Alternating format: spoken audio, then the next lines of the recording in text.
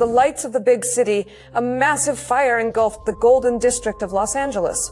Due to strong winds, Pacific Palisades ignited like gunpowder. One by one, the homes of American stars disappeared in the flames. Why were celebrities hastily leaving their mansions, and who is to blame for not extinguishing the fire at its root? Let's examine all the political elements and put this periodic table in order. Let's figure it out together. The fires of vanity and money to the wind in the Los Angeles area recorded at least 5 fires. Local residents were forced to evacuate in a hurry. More than 1,000 buildings burned down. There are traffic jams on the roads. People abandoned their cars right on the roads. Bulldozers had to be brought in to clear them.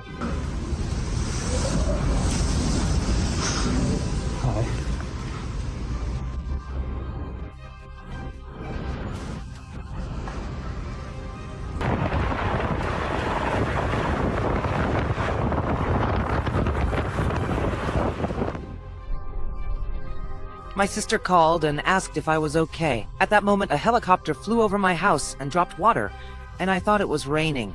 She said, "No, there's no rain. There's a fire in your area. You need to get out of here."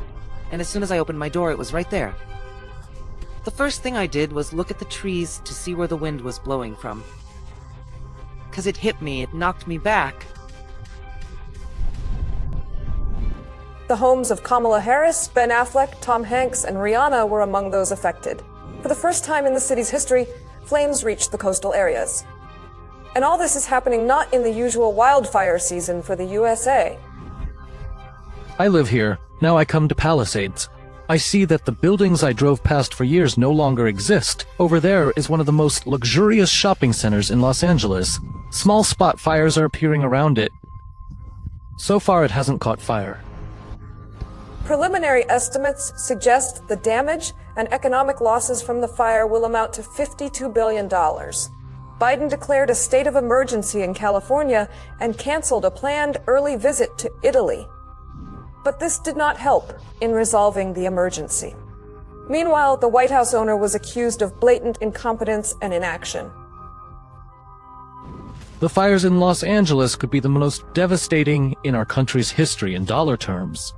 Many circles doubt whether insurance companies have enough money to cover this disaster. Let this serve as a symbol of the glaring incompetence and poor management of the Biden-Newsom duo, the governor of California. Why couldn't the fires be extinguished, or at least brought under control at an early stage?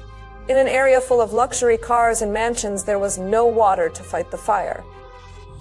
Local media captured a moment where firefighters were putting out a small fire by scooping water with a cone from a puddle.